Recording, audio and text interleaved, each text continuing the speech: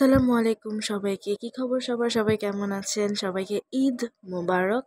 আশা করছি সবাই অনেক ভালো আছেন। আমিও অনেক, অনেক ভালো আছি। তবে অনেকখানি ঠান্ডা লেগেছে। এনিওয়ে, আজকে আমি আপনাদের সাথে শেয়ার করব ঈদে আমি হাতে যে ডিজাইনটা দিয়েছিলাম সেটা। ডিজাইনটা আমি 0% এনার্জি এবং 0% আগ্রহ নিয়ে করায় একটু হযবরল মনে হবে। যাই হোক, সেটা কোনো ব্যাপার না। কারণ ডিজাইনটা আমি আমার হাতে করছি।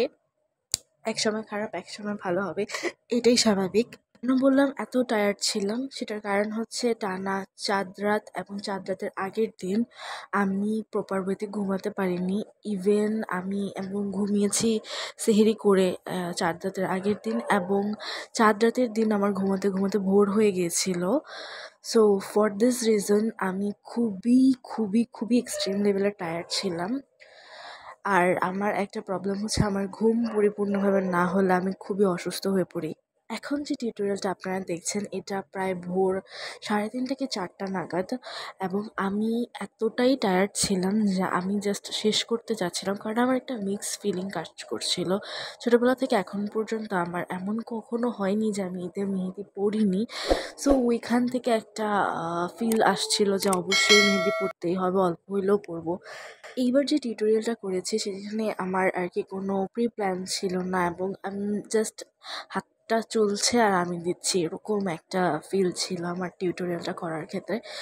সো আমি ভাবলাম আপনাদের সবার সাথে শেয়ার করি, যেহেতু আমার 0% এনার্জি ছিল জাস্ট মানে কি বলবো মেহেদি দেওয়ার ক্ষেত্রে। তো আমার আম্মু আমাকে খুব বেশি জোর করেছে মেহেদি দেওয়ার জন্য, না হলে হয়তো আমার মেহেদি দেওয়া হতো না। আম্মু ছাড়াও আরও একজন মানুষ আমাকে খুব জোর করেছে মেহেদি দেওয়ার জন্য। সো এই দুজন মানুষের কারণেই এবার রোজার ঈদে আমার মেহেদি দেওয়া। জানি না ফিউচারে কী হবে। সো ওই দিনগুলোর জন্য এখন থেকেই প্রিপারেশন নিতে হবে মেন্টালি। সো এই তো, মেহেদি দিতে একটা স্টোরি শেয়ার করি আপনাদের সাথে। মূলত আমি আমার বাঁ হাত দিয়ে আমার ডান হাতে মেহেদি দেই। তো এই কারণে আমার হাতে মেহেদি দিতে একটু সময় লাগে। তো আমার ডান হাতের মেহেদিটা কমপ্লিট করতে এত সময় লাগে যে একটা ব্রাইড শেষ করতে পারবেন আপনারা যারা আর্টিস্ট আছেন। অনেক সময়ের ব্যাপার। তারপরও ধৈর্য সহকারে আমি মেহেদি দিই, কারণ ধৈর্য মেহেদির একটা অংশ বলা যাইতে পারে। তো এরপরে আমি হচ্ছে গিয়ে যেটা করি, আমি আগে আমার ডান হাতে মেহেদি দেওয়াটা কমপ্লিট করি, এবং মেহেদি শুকিয়ে যাওয়ার পরে হচ্ছে আমি বাম হাতে মেহেদিটা অ্যাপ্লাই করতে আসি, যার কারণে আমার অনেক বেশি সময় চলে যায়। তো আমি মেহেদি দেওয়ার আগে আমি চিন্তা করেছিলাম যে আমি মেহেদিগুলো তুলে ফেলবো ডান হাত থেকে। তো আমি ডান হাতের মেহেদিটা তুলে ফেলি। আপনারা যে স্টেইনটা ভিডিওতে দেখতে পাচ্ছেন সেটা হচ্ছে প্রেম দুলহানের যে পিঙ্ক প্যাকেজিং আছে সেই মেহেদিটারই হচ্ছে ফ্রেশ স্টেইন যেটাকে বলে সেটা। হয়তো মানুষের স্কিনের উপর ভিত্তি করে কালারটা একটু চেঞ্জ হতে পারে, বাট আমার কাছে মেহেদিটা ওভারঅল ভালো লাগলেও একটা বাজে সাইড হচ্ছে মেহেদিটা পিল অফ হয়, যার কারণে আমি এই মেহেদিটা এখনও আমার পেজে আনিনি, এবং ভবিষ্যতে আনবো কি না সে সম্পর্কিত ধারণা আমি এখনও চিন্তাভাবনা করছি না। তো আমার বাঁ হাত দিয়ে যেহেতু ডান হাতে মেহেদি দিতে একটু সময় লেগে গিয়েছিল, তাই অনেক লেট হয়ে গেছিলো। আমি আমার হাতে মেহেদিটা বেশিক্ষণ রাখতেও পারিনি। আমার ইচ্ছে ছিল যে একদম ফুল নাইট রাখার জন্য, যাতে মেহেদির স্টেইনটা অনেক সুন্দর আসে। যদিও মাশাআল্লাহ আমার স্টেইন অনেক ভালো আসছে। আমি লাস্টে পিকচার অ্যাড করে দিব, অবশ্যই আপনারা পিকচারটা দেখে নেবেন। তারপরও আমি চেয়েছিলাম যে ফুল নাইট, আমি সচরাচর ফুল নাইটই রাখি মেহেদি আমার হাতে, এবং আমি আমার কাস্টমারকেও এটাই সাজেস্ট করি যে সারা রাত হাতে মেহেদি রাখার জন্য, যাতে মেহেদির স্টেইনটা ডার্ক হয়। এটা কিন্তু অনেক বেশি হেল্প করে হাতে মেহেদির স্টেইনটাকে ডার্ক করার জন্য। এটা আমি নিজে করেছি এবং এটা আসলেও কাজে দেয়। মেহেদি তুলে ফেলার পরে আমি যেটা করেছিলাম সেটা হচ্ছে আমার হাতে সরিষার তেল ম্যাসাজ করেছি। এটা আপনারা চাইলে মেহেদি তোলার সময় সরিষার তেল ঘষে মেহেদি তুলতে পারেন, বা আপনি মেহেদি তুলে ফেলার পরে হচ্ছে গিয়ে সরিষার তেলটা ম্যাসাজ করতে পারেন।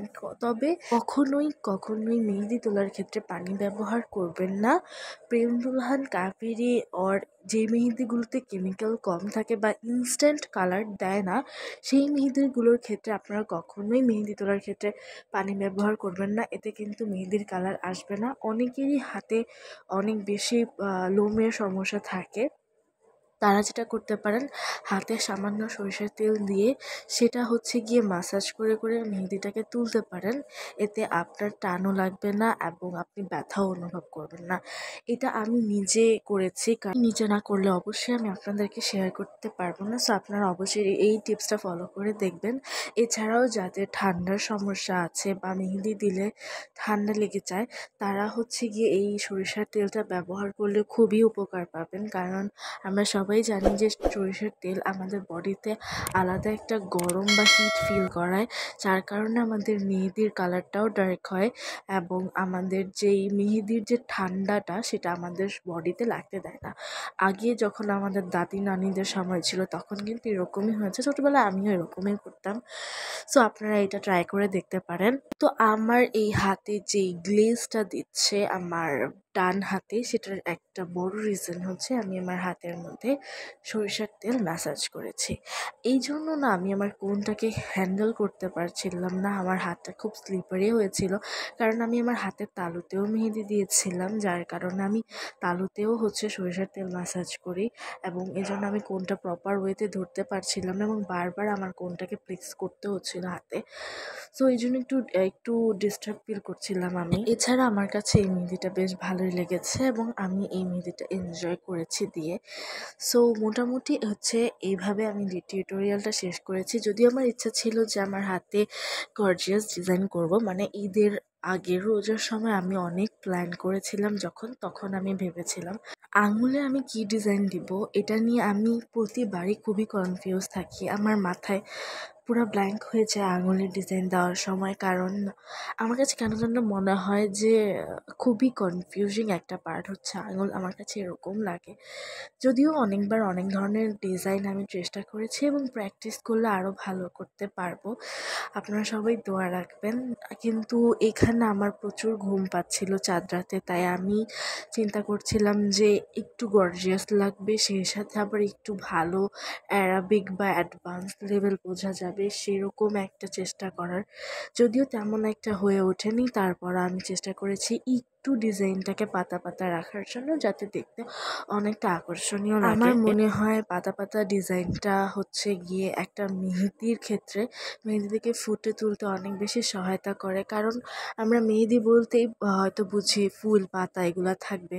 সো আমি চেষ্টা করেছি এরকমভাবেই রাখার জন্য, আর অবশ্যই ঝটপট মেহেদিটাকে শেষ করার জন্য। সো এইটা হচ্ছে গিয়ে আমার মিডল ফিঙ্গারের টিউটোরিয়াল। আমি এতটা এক্সস্টেড হয়ে যাচ্ছিলাম মেহেদি দেওয়ার ক্ষেত্রে যে আমি খুব দ্রুত মেহেদি শেষ করার ট্রাই করছিলাম, বাট আমার যেহেতু হাতে কোনো শক্তি ছিল না, আমার হাত প্রচণ্ড ব্যথা ছিল, তাই আমি তারপরও চেষ্টা করেছি শেষ করার জন্য। তো আপনারা সবাই কে কী টিউটোরিয়াল বানিয়েছেন বা কে কীভাবে মেহেদি দিয়েছেন, কার ডিজাইন কেমন ছিল, ঈদ আপনাদের কেমন কেটেছে, সবাই কিন্তু আমাকে শেয়ার করতে পারেন। এখন থেকে ইনশাল্লাহ আমি নতুন নতুন ভিডিও নিয়ে হাজির হয়ে যাব। যদিও ব্যস্ত থাকা হয়, তারপরও চেষ্টা করব নতুন নতুন ভিডিও আপনাদের সামনে নিয়ে আসার এবং আপনাদের সাথে গল্প গুজব করার। আপনারা সবাই বেশি বেশি অ্যাক্টিভ থাকার চেষ্টা করবেন, কারণ আপনারা সবাই জানেন এখন থেকে আমি আমার পেজের টপ কন্ট্রিবিউটরের মধ্যে থেকে একজনকে, অর্থাৎ যার পয়েন্ট সবচেয়ে বেশি হবে তাকে আমি আমাদের পেজ থেকে দিয়ে দিব হচ্ছে বিকাশের নগদ 150 টাকা। সো আপনারা যারা অ্যাক্টিভ থাকবেন তাদের মধ্যে থেকেই হয়তো বা কেউ একজন লাকি হয়ে যাবে এই গিফটটাকে পাওয়ার জন্য। এছাড়াও আপনারা চাইলে আমাদেরকে গ্রুপেও জয়েন করতে পারেন। আমাদের গ্রুপের লিঙ্কটা আমাদের পেজের অ্যাবাউটে গেলেই আপনারা পেয়ে যাবেন। সো আপনারা চাইলে আমাদের গ্রুপেও জয়েন করতে পারেন এবং সেখানে আপনারা নিজস্ব ক্রিয়েটিভিটিও শো করতে পারেন, অর্থাৎ আপনাদের নিজের করা কাজ সেখানে আপনারা অবশ্যই পোস্ট করতে পারবেন। এই হচ্ছে কি আজকের এই টিউটোরিয়াল। আশা করছি আপনাদের সবার ভালো লাগবে। সবাই ভালো থাকবেন, সুস্থ থাকবেন। আল্লাহ হাফেজ, আসসালামু আলাইকুম।